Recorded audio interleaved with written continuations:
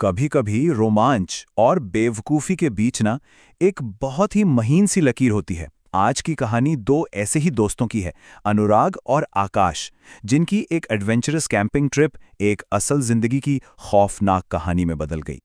यही तो सवाल है ना कि आखिर ऐसा क्या हुआ उस रात। एक मस्ती भरी ट्रिप कैसे मौत के खेल में तब्दील हो गई। चलिए, इसी रहस्य से आज हम पर्दा उठाते हैं। तो ये बात है मई 2021 की। जयपुर में बीटेक कर रहे दो दोस्त थे, अनुराग और आकाश। बस एग्जाम खत्म हुए थे और उन्होंने सोचा कि चलो कुछ तूफानी करते हैं। और प्लान बना जमवा रामगढ़ के जंगलों में कैंपिंग का। उन्हें क्या पता था कि ये एडवेंचर उन्हें हमेशा के लिए याद रहने वाला है, पर किसी और ही वजह से। अब इन दोनों दोस्तों की सोच में ना जमीन आसमान का फर्क था। एक तरफ था अनुराग, जिसे पुरानी कहानियों किस्से कहानियों में बड़ा मजा आता था, और दूसरी तरफ था आकाश, जो हर चीज को साइंस और लॉजिक से तौलता था। और यकीन मानिए, उस रात उनकी यही अलग अलग सोच उनके भाग्य का फैसला करने वाली थी। तो सब कुछ एक नॉर्मल एडवेंचर जैसा ही शुरू हुआ। हॉस्टल में बोर हो रहे थे तो सोचा चलो कुछ करते हैं। सामान पैक किया, बाइक उठाई और पहुंच गए जंगल के एंट्री पॉइंट पर। अब वहां एक पुराना जंग लगा हुआ बोर्ड था जिस पे धुंधले अक्षरों में लिखा था, अंदर जाना मना है। आकाश तो हंस पड़ा और उसे नजरअंदाज कर दिया, और अपने दोस्त के कॉन्फिडेंस को देखकर अनुराग ने भी अपने मन के डर को दबा दिया। शायद यही उनकी पहली और सबसे बड़ी गलती थी। तो जैसे जैसे रात गहरी होती गई, जंगल की खामोशी बढ़ने लगी। और फिर उसी खामोशी को एक ऐसी आवाज ने तोड़ा जिसने दोनों की रूह कंपा दी। सोचिए, घने अंधेरे में एक लड़की की ये दिल दहला देने वाली चीख हवा को चीरती हुई उनके कानों तक पहुंची। ऐसा लगा जैसे कोई अपनी जान बचाने के लिए तड़प रहा हो। इस एक आवाज ने जंगल की शांति को भंग कर दिया और दोनों दोस्तों का खून जमा दिया। अब देखिए, उनकी रिएक्शन भी उनकी सोच जैसे ही बिल्कुल अलग थे। आकाश ने खुद को संभालते हुए कहा, अरे कोई मजाक कर रहा है यार, शायद कोई और कैंपर होगा। लेकिन अनुराग, उसे यकीन था कि वो अकेले नहीं है। उसे लगा कि ये आवाज किसी इंसान की हो ही नहीं सकती। इसमें एक अजीब, एक अलौकिक सा दर्द था। दोनों में काफी बहस हुई, लेकिन आखिर में उन्होंने तय किया कि वो जाकर देखेंगे। टॉर्च हाथ में लेकर वो घने और अंधेरे जंगल में उस आवाज की तरफ और अंदर बढ़ते चले गए।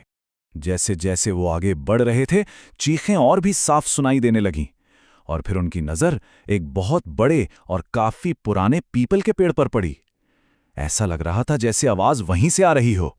और उस पेड़ के नीचे जो था, उसने अनुराग के होश उड़ा दिए। वहां जमीन थोड़ी उठी हुई थी, एक पुरानी अनजानी कब्र। अनुराग को यकीन हो गया कि आवाज उसी कब्र से आ रही थी। लेकिन आकाश, जो इन सब चीजों पर यकीन नहीं करता था और थोड़ी शराब के नशे में भी था, वो उसका मजाक उड़ाने लगा। बोला, देख कुछ नहीं है यहां, अब कोई आवाज नहीं आ रही, चल वापस चलते हैं।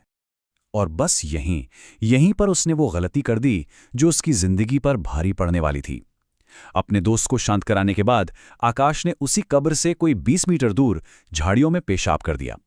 कहानी के हिसाब से यही वो अपमान था जिसने एक अनदेखी ताकत को जगा दिया और उसके भयानक अंत की शुरुआत कर दी।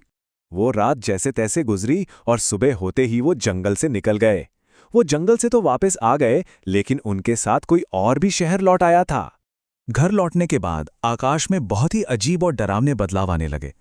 वो चुपचाप खोया खोया रहने लगा। उसकी आंखों के नीचे काले घेरे पड़ गए। कुछ दिन बाद उसकी मां ने घबराकर अनुराग को फोन किया और बताया कि रात में आकाश के बंद कमरे से किसी लड़की के रोने की आवाज आती है। उसकी बहन ने उसे नींद में चलते हुए खिड़की के बाहर अंधेरे में किसी से बात करते देखा।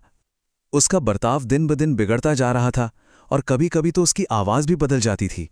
जब हालत पूरी तरह से काबू से बाहर हो गए और परिवार को ये समझ आ गया कि ये कोई दिमागी बीमारी नहीं है जिसका इलाज डॉक्टर कर सकें, तब उन्होंने एक जानकार पंडित जी को घर बुलाया। और वो जो सीन था ना, वो सच में रोंगटे खड़े कर देने वाला था। जैसे ही पंडित जी ने आकाश पर मंत्र पढ़ा हुआ जल छिड़का, उसका शरीर जोर जोर से ऐंठने लगा और एक लड़की की आवाज में वो चीखा, मैं इसे अपने साथ ले जाऊंगी। तब उस आत्मा ने अपनी पहचान बताई। उसका नाम था रूपा। वो आकाश के साथ इसीलिए आई थी क्योंकि उसने न सिर्फ उसकी कब्र का अपमान किया था, बल्कि उसकी शक्ल भी 25 साल पहले उसके कातिल कमलेश से मिलती जुलती थी। और उसका मकसद वो बिल्कुल साफ था, बदला। फिर उस आत्मा ने अपनी दर्दनाक कहानी सुनाई। करीब 25 साल पहले उसकी शादी कमलेश नाम के एक आदमी से हुई, जो छिपकर तांत्रिक क्रियाएं करता था। एक रात रूपा ने उसे उसी पीपल के पेड़ के पास काले जादू के अनुष्ठान करते देख लिया। अपनी शक्तियों को बढ़ाने के लिए अमावस्या की एक काली रात को कमलेश ने अपनी ही पत्नी रूपा की बलि दे दी और उसके शरीर को वहीं पेड़ के नीचे दफना दिया। पूरी कहानी जानने के बाद परिवार और पंडित जी ने आकाश को रूपा की उस आत्मा से बचाने की हर मुमकिन कोशिश की, लेकिन सब नाकाम रही। ये स्लाइड दिखाती है कि कैसे उनकी हर कोशिश फेल हो गई।